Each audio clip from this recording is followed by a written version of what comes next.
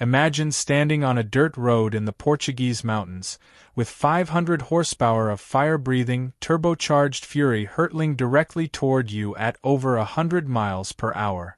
There are no guardrails, no steel fences, and no police keeping you back. In fact, you are standing right in the middle of the gravel track, waiting until the very last millisecond to jump aside as a lightweight fiberglass missile brushes past your jacket, close enough to leave tire marks on your jeans. This was not a dream or a stunt. This was the daily reality of Group B rally racing in the 1980s. It was a time when motorsport transcended entertainment and entered the realm of absolute, unfiltered madness. This is legacy motoring, and I spend way too much time thinking about the terrifying, boundary-pushing era of Group B rally racing. If you're someone who lives for the raw, unregulated history of automotive engineering and the legendary machines that redefine speed, make sure to hit the subscribe button and give this video a thumbs up if this helps you out. Here's the thing about Group B. It represents a brief, fleeting window in automotive history where the rules of physics were treated like mere suggestions, and the concept of safety was completely discarded in the pursuit of pure, unadulterated speed. Look, modern racing is an exercise in meticulous calculation, where every single millisecond is managed by onboard computers, wind tunnels, and strict safety guidelines. But back in 1982, the Fédération Internationale de l'Automobile, or the FIA, essentially handed the world's major car manufacturers a blank check. They wanted to inject a massive dose of excitement into a sport that was growing highly predictable, and boy, did they get exactly what they asked for, and then some. To really understand how we arrived at this state of chaotic brilliance, we have to look at what the sport was like before Group B exploded onto the scene. Back then, under the old Group 4 regulations, rally cars were highly modified versions of the cars ordinary people drove to the supermarket. A Lancia Stratos or an early Audi Quattro was impressive, pushing out around 300 horsepower, but manufacturers wanted a stage where they could truly flex their engineering muscles to boost sales in a booming global economy. The FIA responded by rewriting the Rulebook, introducing a new set of regulations that were so loose they bordered on the criminal. They told manufacturers they could build whatever they wanted, using any exotic materials they could find, with absolutely zero limits on engine displacement, turbo boost, or horsepower.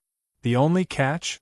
They had to produce exactly 200 road-legal versions of their creation to satisfy the homologation requirement. That was it. No crash tests, no structural safety mandates, and no restrictions on power output. It was an engineer's ultimate wet dream, but it was also a recipe for total catastrophe. Now, you might be thinking, well, more power just means faster lap times, right? How dangerous could that really be? Here is what most people don't realize. Formula One cars of the exact same era were making around 850 horsepower, which sounds like more, but those machines were racing on perfectly smooth, paved circuits with massive gravel runoff areas, safety barriers, and highly trained medical crews stationed every few hundred yards. Group B cars, on the other hand, were blasting down narrow, unpaved mountain roads, ice-slicked forest trails, and bumpy dirt tracks lined with massive oak trees, rocky cliffs, and millions of unchecked spectators who stood directly in the racing line. It was like taking an F1 engine, strapping it inside a lightweight composite shell with a four-wheel drive system, and telling a driver to navigate an obstacle course at triple-digit speeds in the middle of a blizzard. The first major shot in this engineering war was fired by Audi. The German giant had already proved that all-wheel drive was the future of rallying with their original front-engine Quattro. But for the Group B era, they knew they had to push the boundaries of what was physically possible. They developed the legendary Sport Quattro, and this is where it gets really interesting. The engineers took the standard chassis, literally sliced 12.6 inches out of the wheelbase to make it rotate faster around tight corners, and stripped away 660 pounds of weight. They stuffed a brutal 5-cylinder engine under the hood, cranking the turbocharger boost up to astronomical levels. This 2.1-liter monster was producing an official 450 horsepower, which translates to a mind-boggling 214 horsepower per liter. To put that into perspective, that is a higher specific power output than almost any modern supercar you can buy today, achieved with 1980s technology and zero electronic driver aid. The power delivery of this car was not smooth or progressive.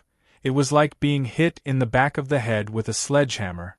Drivers described the turbo lag as an agonizing wait where nothing happened, followed by an instantaneous explosion of power that would spin all four wheels on dry tarmac. If you did not anticipate when that boost was going to hit, you were going to end up wrapped around a pine tree before you could even blink. It required a level of human reflexes that pushed the absolute boundaries of what the human brain could process in real time. But while Audi was busy trying to refine their front-engine design, a rival manufacturer was quietly working on a radical new philosophy that would permanently change the landscape of motorsport.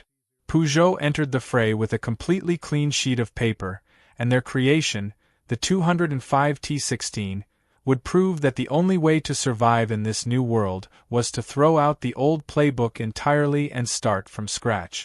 This was the beginning of the end of automotive sanity as we knew it. Peugeot looked at the Audi Quattro and recognized its massive flaws. The Audi was heavy, and having its heavy engine hanging way out over the front bumper made it understeer like a commercial dump truck on tight gravel hairpins. So, Peugeot did something revolutionary. They took their humble 205 hatchback, gutted it, and placed a highly turbocharged four-cylinder engine directly behind the driver's seat. They built a custom tube-frame chassis, covered it in lightweight carbon Kevlar body panels, and connected it to an advanced four-wheel drive system. The road-going version made a sensible 200 horsepower, but the rally version, the Evolution 2, was a completely different animal. This featherweight machine weighed just over 2,100 pounds, yet it put out a massive 550 horsepower from a tiny 1.8-liter engine. That is an absolutely astonishing 305 horsepower per liter. Let that sink in for a moment. To put it in perspective, a modern Bugatti Chiron is an engineering marvel, but its power-to-weight ratio is actually lower than this 1980s rally car. And remember, the Chiron has state-of-the-art traction control, active aerodynamics, anti-lock brakes, and computer systems constantly saving the driver from disaster on smooth pavement. The Peugeot 205 T16 had absolutely none of that. It had a manual gear lever, a cable-operated clutch, manual steering, and was expected to blast down a narrow forest path covered in thick mud, ice, or loose gravel at astronomical speed. It could launch from 0 to 60 miles per hour on loose gravel in just 2.5 seconds. It was so fast that drivers admitted their eyes could barely focus on the road ahead because their brains could not process the scenery moving past so rapidly. But Lancia, the pride of Italian motorsport, was not about to let Peugeot steal their glory. They decided to answer this French challenge with what can only be described as pure engineering pornography, the Delta S4. Now, the engineers at Lancia faced a massive technical dilemma. If they used a supercharger, they got instant throttle response at low engine speeds, but they lacked top-end power. If they used a massive turbocharger, they got incredible top-end speed, but they had to deal with massive turbo lag at lower rev. So, they asked a crazy question: why not use both? They designed an elegant, complex twin charging system. A VolumeX supercharger provided instant, crushing torque from idle up to 5,000 RPM. Then, a massive KKK turbocharger took over, packing dense air into the cylinders all the way to the 8,400 RPM redline. There was no lag, just linear, brutal acceleration that felt like a continuous explosion. In race trim, this tiny 1.8-liter engine officially produced 550 horsepower, but engineers whispered that on qualifying boost, the dyno screens showed over 700 horsepower. The S4 was constructed like a space-age prototype. It featured a full Kevlar and carbon fiber monocoque, magnesium wheels, and weighed a mere 1,962 pounds. It possessed a power-to-weight ratio of 560 horsepower per ton. That is more than a modern Mercedes-AMG one, which is a literal Formula One car for the street. Look, driving these cars was not just about courage. It was an athletic feat that pushed human endurance to the absolute limit. The physical strain was immense, but the mental strain was far worse. Because of the incredible turbo lag on some of these engines, drivers had to learn to operate the vehicle in a way that goes against every natural human instinct. Here's what most people don't realize.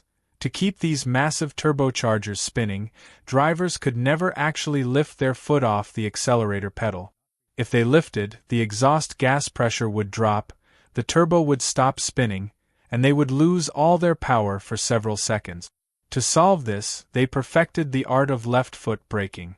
When approaching a tight corner, the driver would keep their right foot completely pinned to the floor, keeping the engine at full throttle. At the same time, they would use their left foot to smash the brake pedal, modulating their speed and forcing the car to rotate. The brakes became a primitive form of traction control. It was a violent, mechanically abusive dance that caused the brake discs to glow bright red, often catching fire by the end of a stage. The heat inside the cabin was so intense that drivers would emerge from the cars with blistered feet and sweat-soaked suits, looking as though they had just fought a battle. And they had. They were battling machines that were constantly trying to kill them. Even the twin-charged Lancia, which was designed to eliminate lag, had its own terrifying quirk. The mechanical transition between the supercharger and the turbocharger at 5,000 RPM was notoriously abrupt. Drivers described it as feeling like another vehicle had suddenly rammed them from behind mid-corner. If this sudden surge of power occurred while the car was sideways on loose gravel, it could instantly break traction and send the vehicle spinning into the scenery. It required superhuman precision to manage. Yet, despite the danger, the speeds kept rising. On one famous stage in Corsica, the legendary Henri Toivonen drove his Lancia Delta S4 so fast that observers were left speechless. He averaged over 125 miles per hour through narrow mountain passes lined with jagged rock faces on one side and sheer cliff drops on the other. It was a level of performance that defied belief, but it was also a warning sign that the sport was spinning out of control. The human element was being pushed past its breaking point, and the machines had officially become faster than the roads they were racing on. There was no margin for error anymore, and everyone in the service parks knew that a major disaster was looming just over the next blind, gravel-covered hill of the next special stage. It came. But the engineering arms race did not stop with Audi, Peugeot, and Lancia. Ford, determined to claw their way back to the top step of the podium, poured an obscene amount of money into a purpose-built rally weapon called the RS200. This was not a modified hatchback. It was a bespoke, mid-engine, four-wheel drive masterpiece. Ford hired Formula One aerodynamicists and engineers to construct a high-tech composite honeycomb chassis that cost a staggering £15 million to develop back in the mid-80s. In today's money, that is roughly $50 million, all spent on a car of which they only had to build 200 road-going examples. Under the fiberglass skin sat a legendary Cosworth BDT engine, a highly turbocharged four-cylinder that produced 450 horsepower in base trim, while the later Evolution versions pushed out over 650 screaming horses. It was incredibly fast, beautifully balanced, and phenomenally expensive. Meanwhile, Austin Rover took a completely different, albeit equally insane, approach. They collaborated with Williams Grand Prix Engineering to build the Metro 6 R4. Rather than dealing with the headache of turbochargers and the dreaded turbo lag, they decided to bolt a naturally aspirated 3-liter V6 engine directly behind the driver's cabin. This high-revving masterpiece screamed all the way to a 9,500 RPM redline, producing 410 horsepower. It lacked the raw straight-line speed of its turbocharged rivals, but the throttle response was instantaneous. Drivers could place the car with millimetric precision because they did not have to wait for a turbocharger to spool up. However, looking at the car, you would think someone had designed it using only a bad telephone description of a standard metro, and then proceeded to slap every single aerodynamic wing, scoop, and spoiler they could find onto the bodywork. It was loud, ugly, and absolutely spectacular. But here is the tragic truth that most people overlook. While manufacturers were spending millions of dollars to develop these F1-level hypercars, they were racing them on stages that had not changed since the 1960s. The narrow, twisty forest roads and mountain passes were never designed for cars that could accelerate from 0 to 100 miles per hour in a handful of seconds. There were no guardrails to catch a car sliding off a cliff, no wide runoff areas, and absolutely no crowd control. And look, the crowds were the most terrifying element of all. Group B had become so popular that millions of fans flooded the stages, particularly in countries like Portugal and Italy. These were not typical sports fans sitting in grandstands. They were highly energetic, adrenaline-fueled crowds who would stand directly on the road, forming a narrow human corridor that the cars had to thread through at speeds exceeding 150 miles per hour. There were no barriers separating the fans from the action. Spectators would literally play chicken with the oncoming cars, standing in the middle of the gravel track until the very last second before diving into the bushes as the car roared past, inches from their faces. Some fans would even reach out to touch the cars as they flew past, trying to brag to their friends that they had brushed their hands against a speeding Peugeot or Lancia. Others would stand on the outside of high-speed corners, the absolute worst place to stand, hoping to get the perfect photograph as the cars slid wide in a cloud of dust and flying stones. The drivers were placed in an impossible psychological position. They were pilots of land-bound missiles, operating at the absolute limit of human concentration, knowing that a single mechanical failure or a split-second miscalculation would result in mass casualties. Walter Röhrl, one of the greatest rally drivers of all time, admitted that he had to completely block out the spectators from his mind, treating them not as human beings, but as a solid wall of trees or rock. He knew that if he allowed himself to think of them as people, his brain would force him to lift off the throttle, and he would lose the rally. It was a form of self-induced psychological blindness required to survive. Now, you might be thinking, why didn't the FIA or the organizers just cancel the events or put up proper fences? Here's the thing. You are talking about hundreds of miles of open public roads running through dense forests and vast mountain ranges. It was physically impossible to fence off the entire route with the resources available at the time. The organizers were completely overwhelmed by the sheer volume of fans, and local authorities often refused to police the stages effectively, fearing they would cause riots among the passionate spectators. It was a ticking time bomb, a collective madness where everyone involved, the organizers, the manufacturers, the drivers, and the fans, knew that a major disaster was inevitable, yet nobody wanted to be the one to pull the plug on the greatest show on earth. The thrill was too addictive, the money was too massive, and the competition was too intense. But when physics finally caught up with the ambition, the price was paid in human lives. This was not a theoretical risk. The blood of both drivers and spectators began to soak the legendary rally stages of Europe. In May of 1985, the direct consequences of this out-of-control speed claimed their first prominent victim during the Tour de Corse in Corsica. Attilio Bettega, a highly respected factory driver for Lancia, lost control of his rear-wheel drive Lancia 037. The car slipped off the tarmac, sliding sideways into a thick grove of trees. The impact was devastating. The 037 possessed no structural roll cage around the front seats, and a tree branch directly penetrated the cabin, killing Bettega instantly. His co-driver survived, but the racing world was left deeply shaken. Yet, amazingly, the warning was ignored.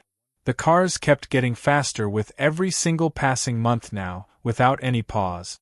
The year 1986 would go down in history as the dark peak of the rally world. The season opened with the legendary power output of the engines now pushing past 600 horsepower. Audi had secretly developed a twin-turbocharged system for their Sport Quattro, and rumors in the service parks suggested Lancia's Delta S4 could achieve nearly 700 horsepower in qualifying trim. But the tension came to a head at Rally Portugal. Over 3 million spectators packed the stages, turning the roads into a sea of waving people. On the Sintra stage, Portuguese driver Joaquim Santos, piloting a factory-supported Ford RS200, crested a fast jump at over 115 miles per hour. As the lightweight composite machine touched the ground, Santos was suddenly confronted with a group of spectators standing directly in the center of the road. In a desperate, split-second bid to avoid them, he swerved violently. The car snapped sideways, sliding completely out of control into the dense crowd lining the track. The impact was horrific. The carbon Kevlar body of the RS200 shattered like glass as it plowed into dozens of fans. 3 people were killed instantly, and over 30 others were severely mutilated. The stage was covered in debris, blood, and broken machinery. It was a scene of absolute carnage that forced the leading factory drivers to make an unprecedented move. They held a private meeting at the hotel and collectively refused to continue racing, withdrawing from the event in protest of the lack of spectator control. They felt they could no longer bear the psychological guilt of carrying out their jobs. Yet, despite this massive tragedy, the FIA refused to halt the season. The money, the television deals, and the manufacturer prestige were too vast to cancel. But just 3 months later, the sport would be dealt a lethal blow from which it could never recover. The teams arrived at the winding tarmac stages of Corsica, a beautiful but notoriously unforgiving island with roads carved directly into mountain cliffs. Henri Toivonen, the brilliant young Finnish driver leading the championship for Lancia, was feeling incredibly unwell. He was suffering from a severe case of the flu, but he was driving like a man possessed. He had built up a massive lead, pushing his Lancia Delta S4 to limits that seemed to defy the laws of gravity. On the Corte to Taverna stage, the car crested a fast bend and simply failed to make the turn. The vehicle plunged off the edge of the road, tumbling down a steep ravine. It slammed hard into a grove of oak trees. The impact ruptured the thin Kevlar fuel tanks situated directly underneath the driver and co-driver seat. Instantly, the fuel ignited, and because the chassis was made of highly flammable magnesium alloys to save weight, the car erupted into an absolute inferno of white-hot heat. The fire burned so intensely, at temperatures exceeding 3,000 degrees, that there was virtually nothing left to salvage. Henri Toivonen and his co-driver, Sergio Cresto, were killed instantly, cremated inside the remains of their machine. The tragedy sent shockwaves through the entire global motorsport community. When the news reached the service park, a heavy, suffocating silence fell over the teams. Bruno Sabi, a fellow driver, broke down crying, unable to process the loss. Markku Allen, Toivonen's teammate, simply packed his bags and walked out. The illusion of safety was permanently shattered. The FIA could no longer turn a blind eye to the reality of their regulations. Within hours of the crash, the governing body made a dramatic announcement. Group B would be completely banned at the end of the 1986 season. Overnight, millions of dollars in engineering research and development were wiped out. Manufacturers were left with highly advanced racing machines that were suddenly illegal. A planned successor series, Group S, which was designed to feature restricted horsepower limits of 300 horsepower alongside mandatory crash testing, was killed before it could ever begin. The golden era of rallying was dead, brought down by its own unstoppable momentum. Look, the immediate aftermath of this sudden ban was a mixture of absolute relief and profound shock. Many fans felt as though their favorite sport had been unfairly ripped away, but deep down, everyone knew it was the only rational decision that could have been made. The sheer violence of these crashes had proved that human reflexes were simply not capable of guiding 600 horsepower machines on narrow gravel paths. The engineering had progressed at a rate that safety infrastructure simply could not match. These cars had essentially become ground-based fighter jets, but without the high-tech computer assistance or the closed airspace. When you look at the statistics, it is almost a miracle that more people did not die during those chaotic 5 years. From 1982 to 1986, multiple competitors and several passionate spectators lost their lives, while hundreds of others suffered severe, life-altering injuries that they carried with them for the rest of their days. But here's what most people don't realize. Even though the cars were banned from the special stages of the World Rally Championship, they did not disappear from the face of the earth overnight. In fact, many of these absolute beasts found a second life in other forms of motorsport where safety was slightly easier to manage. Many manufacturers, left with expensive fleets of useless rally cars, decided to ship them across the Atlantic Ocean to the United States to tackle the legendary Pikes Peak International Hill Climb in Colorado. At Pikes Peak, the wide dirt roads and absence of towering trees made running a 600-horsepower monster slightly less suicidal, though the massive sheer drops on the side of the mountain still required nerves of absolute steel. It was here that drivers like Ari Vatanen and Michel Mouton set record-breaking times that stood untouched for decades, cementing the raw technological capabilities of these extreme, banned machines forever in the historical records of absolute automotive speed. Beyond Pikes Peak, the technical legacy of Group B filtered directly into the cars that we drive on the street today. This is where the story takes a fascinating turn. The sophisticated all-wheel drive systems developed during these intense years eventually evolved into the foundational technology of legendary road cars.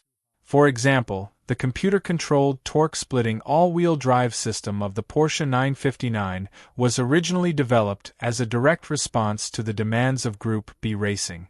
Similarly, the brilliant traction and active differential systems found in the Nissan GT-R and modern turbocharged hot hatches can trace their roots back to the brutal lessons learned on the gravel stages of the 1980s. The industry was forced to fast-forward its engineering development by an entire decade in the span of just 5 frantic years. But the human cost of this sudden technological leap was incredibly high, leaving deep, permanent emotional scars on the survivors. Many drivers who survived the era carried psychological trauma with them for the rest of their lives. Stig Blomqvist and Juha Kankkunen, both legendary world champions, have spoken in interviews about the recurring nightmares they faced, remembering the sensation of hurtling through crowds of people at 150 miles per hour. Walter Röhrl refused to participate in certain rallies, prioritizing his personal survival over lucrative factory contracts.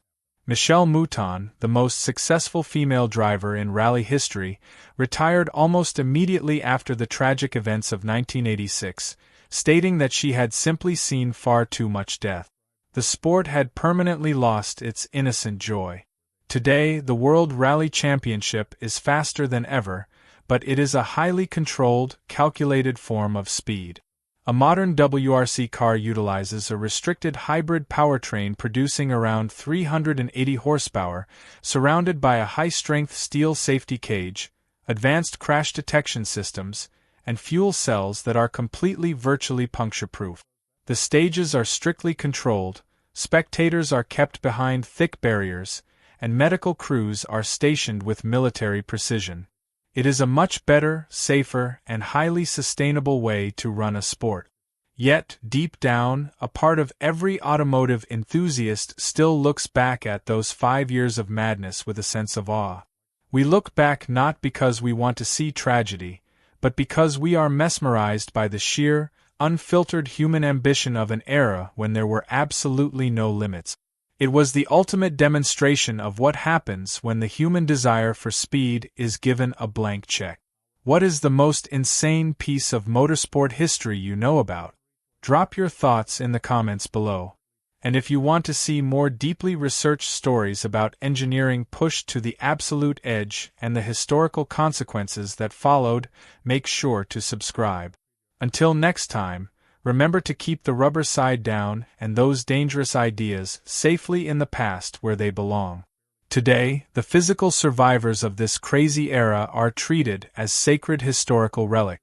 Only a tiny handful of genuine, original Sport Quattros, T16s, and Delta S4s remain in existence, locked away in climate-controlled private museums and manufacturer collections where their astronomical values keep them protected from the harsh realities of active competition. Occasionally, at historic motorsport events like the Goodwood Festival of Speed, an owner will brave the risks to fire up one of these spectacular machines, sending the unmistakable scream of high-boost turbocharging echoing through the English countryside. For a brief, magical moment, the crowd is transported back to 1986, experiencing the spine-tingling mixture of absolute terror and beauty that defined the golden era of rally racing. But as the car speeds past and the exhaust notes slowly fade into the quiet afternoon air, we are left with a sobering realization. We are lucky to have witnessed such an incredible, beautiful peak of engineering, but we are far luckier that we actually survived it, leaving those magnificent beasts forever safely where they truly belong, frozen in time with our deepest and most respectful memories.